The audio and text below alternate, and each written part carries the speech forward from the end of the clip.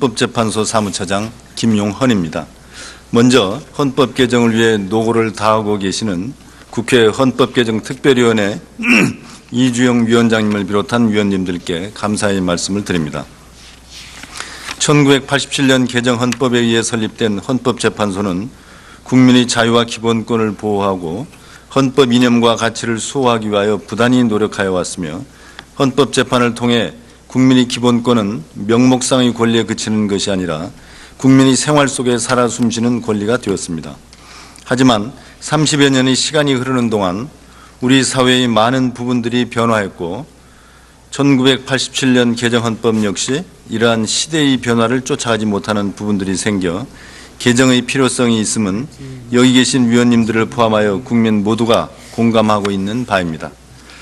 헌법 개정안을 마련하기 위하여 모인 이러한 뜻깊은 자리에서 헌법재판소를 대표하여 의견을 발표할 기회를 갖게 되어 진심으로 감사드립니다.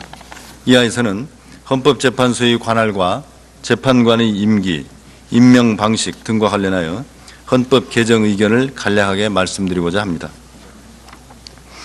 우선 법률에 대한 규범 통제와 명령 규칙에 대한 규범 통제의 관할 문제에 대하여 말씀드리겠습니다. 현행 헌법은 제107조 1, 2항에서 규범 통제의 관할을 헌법재판소와 법원으로 이원화하고 있습니다.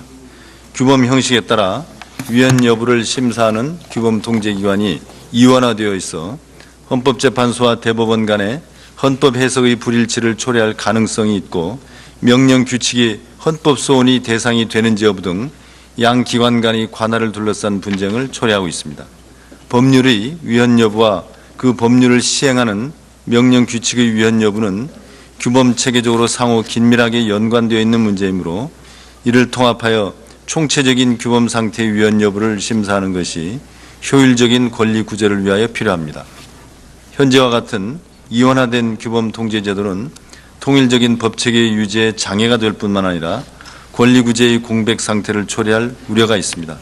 따라서 헌법 해석의 통일성과 권리 구제의 효율성을 기할 수 있도록 법률에 대한 규범 통제와 명령 규칙에 대한 규범 통제의 관할을 헌법재판소로 통합하는 것이 바람직합니다. 공법상 권한 분쟁에 대한 통합적 관할의 필요성에 대하여 말씀드리겠습니다. 현행 헌법 제111조 제1항 제4호가 국가기관 상호 간, 국가기관과 지방자치단체 간 및 지방자치단체 상호 간의 모든 공법상 권한 분쟁을 권한쟁의 심판의 대상으로 하면서도 행정소송법상의 기관소송과 항고소송, 당사자소송 및 지방자치법상의 다양한 권한분쟁 소송에 대하여는 개별 법률이 법원의 관할로 규정함으로써 관할권의 혼란과 헌법 및 법률이 정하는 권한 질서의 해석에 혼란을 초래하고 있습니다. 권한 분쟁 자체가 소송의 목적인 경우, 즉 소송물 자체가 권한의 존부 또는 범위에 대한 판단이거나 선결적인 문제인 경우에는 헌법상 권한 배분 질서의 확립과 그 통일적 해석을 위하여 법원이 헌법재판소에 제청하여 그 결정에 따라 판단하는 것이 바람직합니다. 국가 기능의 중요한 부분을 차지하는 국가 최고기관 간의 권한 다툼을 해결하여 정치적 평화를 보장하는 일, 중앙정부의 부당한 간섭으로부터 지방자치단체의 독립성과 기능을 보장함으로써 이른바 수직적 권력 분립을 유지하는 일, 지방자치단체 간의 분쟁이나 지방자치단체의 기관을 당사자로 하는 분쟁의 해결을 통하여 지방자치제도의 원활한 실현을 도와주는 일 등은 헌법적인 문제로서 헌법재판소가 통합하여 종국적으로 그 해석 권한을 보유하는 것이 타당합니다. 따라서 헌법재판소가 국가기관과 지방자치단체 및 그 상호간의 모든 공법상 권한 분쟁의 유형을 통합하여 전속적으로 심판함으로써 헌법 및 법률이 정하는 권한 질서의 해석에 통일성을 확보하는 것이 바람직합니다. 다음 법원이 재판에 대한 헌법 소원의 허용에 관한 문제입니다. 현행 헌법 제111조 제1항 제5호는 헌법재판소의 관장사항으로 법률이 정하는 헌법 소원에 관한 심판을 규정하고 헌법재판소법 제68조 제1항은 법원의 재판을 헌법 소원의 대상에서 제외하고 있습니다. 헌법 소원 제도의 취지는 입법, 행정, 사법을 포함하는 모든 국가 권력의 기본권의 구속성을 확보하고자 함이 있으며 국가 권력의 위헌적 행사에 의해 국민의 기본권이 침해된 경우에는 이에 대한 헌법소원을 인정하는 것이 헌법소원제도의 취지에 부합합니다. 입법권, 행정권, 사법권 모두를 통제 대상으로 하여야 할 헌법소원제도가 민주적 정당성이 강한 입법권은 통제하면서 상대적으로 민주적 정당성이 약한 사법권과 행정권을 통제하지 못한다고 하는 것은 기능적 권력 분립에 반합니다. 특히 행정소송의 대상이 있는 행정처분의 경우 보충성의 원칙 때문에 재판 소원이 인정되지 않으면 실질적으로 위헌 여부의 판단 기회가 없으므로 행정권에 대한 통제는 거의 이루어지지 않고 있습니다.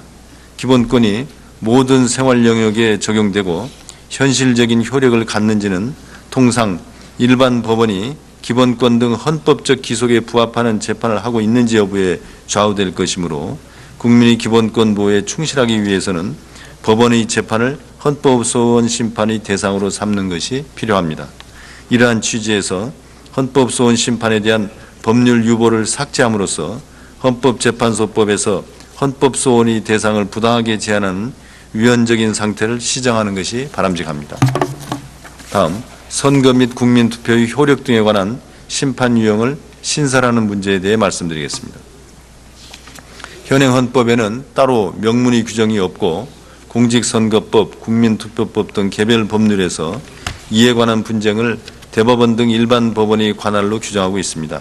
선거는 국가기관을 구성하고 국가 권력에 민주적 정당성을 부여한다는 헌법적 의미를 가지며 국민투표는 국가의사를 예외적으로 국민이 직접 결정하는 것입니다. 이처럼 선거와 투표에 관한 소송은 그 기능에 있어서 민주주의 원리에 기초한 중요한 정치적인 국가기관 및 지방자치단체의 구성에 관한 것인데 이를 통상적인 소송과 그 성격이 같은 것으로 보아 법원의 관할로 하는 것은 적절치 아니합니다. 선거와 투표의 헌법적 의미와 중요성에 비추어 선거와 국민투표에 관한 분쟁 해결 절차는 다른 사법적 구제 절차와는 구별되는 헌법적 분쟁 해결 절차이고 헌법재판의 핵심적인 구성 부분이므로 헌법재판의 대상에 해당합니다. 따라서 대통령과 국회의원 선거, 시도지사 선거 등에 관한 분쟁과 국민투표의 효력 등에 관한 분쟁의 해결을 위하여 헌법재판소의 새로운 심판 유형을 신설하는 것이 바람직합니다. 사전적 규범 통제 제도의 일부 도입 문제에 대하여 말씀드리겠습니다. 현행 헌법은 법률이 공포된 후의 사후적 규범 통제만을 허용하고 있습니다. 그런데 조약의 경우에 일단 체결된 이후에는 설령 구체적 규범 통제 제도를 통하여 당해 조약이 위헌으로 선언된다 하더라도 국제적인 규범 질서 속에서는 여전히 유효한 규범으로 남고 이는 구체적 규범 통제 제도의 제도적인 취약점이라고 할 수 있습니다. 이러한 취약점을 극복하기 위하여 스페인은 사후적 규범 통제 제도, 추상적 규범 통제와 구체적 규범 통제 합친 것을 채택하면서도 조약에 대해서는 별도로 사전적 규범 통제를 인정하고 있고 프랑스는 조직 법률과 의회 규칙, 국민투표에 의한 법률 중 의회가 제안한 국민투표 법률에 대하여는 의무적으로 법령 시행 전에 위헌 심사를 하도록 하고 있습니다. 우리 헌법에서도 조약의 헌법 기속성을 실효적으로 관철하기 위하여 조약에 대한 사전적 규범 통제 권한을 헌법재판소의 관장사항으로 신설하는 것이 바람직합니다. 다음, 재판관 자격의 법률 위임 및 자격 확대의 문제에 대하여 말씀드리겠습니다. 현행 헌법 111조 제2항은 재판관은 법관의 자격을 가지고 있어야 함을 명시하고 있습니다. 헌법재판은 원칙적으로 사법작용적인 성격을 갖고 있으므로 헌법재판의 독립성과 전문성을 보장하기 위하여 법률 전문가의 자격이 필요하나 헌법재판소 재판관 구성의 다양성을 확보하기 위하여 다원적인 가치관과 철학을 가진 재판관들도 필요합니다. 이러한 요구들을 조화시키려면 재판관의 자격을 법관의 자격과 연계시키는 것은 부적절하며 재판관 구성이 다양화될 수 있도록 하는 것이 바람직합니다. 다음, 재판관의 임기 연장 및 연임제도, 정년제도, 폐지, 직무 계속제도 도입 문제에 대하여 말씀드리겠습니다. 현행 헌법상 재판관의 임기는 6년으로 연임 가능하도록 규정되어 있습니다. 현재의 재판관 임기는 연임제를 전제로 한 것으로 다른 나라의 입법례와 비교하여 상대적으로 짧은 편이며 헌법재판의 전문성과 정치적인 독립성을 보장하기 위하여는 재판관 임기를 9년으로 늘리되 연임제를 폐지하는 것이 바람직합니다. 이 경우 헌법이 정하는 임기제도의 취지를 훼손하는 헌법재판소법상의 정년제도를 폐지하는 것이 타당합니다. 현행법은 재판관의 임기 만료 시까지 후임자가 임명되지 않았을 경우를 대비한 규정이 없어 재판관의 공백 상태가 빈번하게 발생하였는데, 이는 헌법재판소를 구인의 재판관으로 구성한다는 헌법의 취지에 반합니다.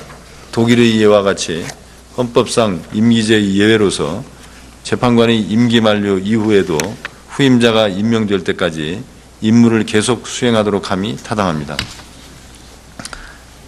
다음 재판관 순차 개선 방식 및 보궐제도의 도입 문제에 대하여. 3차장님, 뒤에 아직도 보니까 분량이 많이 남았는데 뒤에 남은 부분은 제목하고 아주 주요 골자 그것만 좀 말씀하시고 설명을 마치는 게 좋겠습니다. 시간이 그렇게 하겠습니다. 예. 재판관 순차 개선 방식의 보궐제도의 도입 문제에 대해서 그거는 그 기간 임기 그대로 할 게 아니라 3년씩 나눠서 하자는 이런 이야기입니다. 다음 재판관 임명 방식의 개선 문제에 대해서 말씀드리겠습니다. 여기는 세 가지로 나누는데 세 가지 안을 제안하는데, 하나는 대통령 국회 또 이 대법원이지만은 그 대법원을 지금과 같이 대법원장 개인이 하는 것이 아니라 대법원의 위원회를 만들어서 헌법재판관을 선출하도록 하자, 이런 내용이고, 제2안은 국회가 재판관 전원을 선출하는 방안입니다.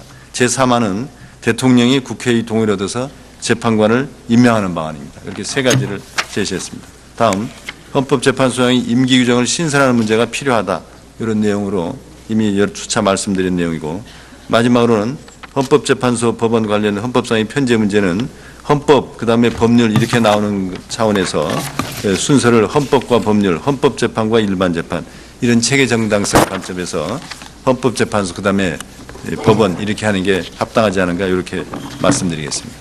대단히 감사합니다. 이상입니다.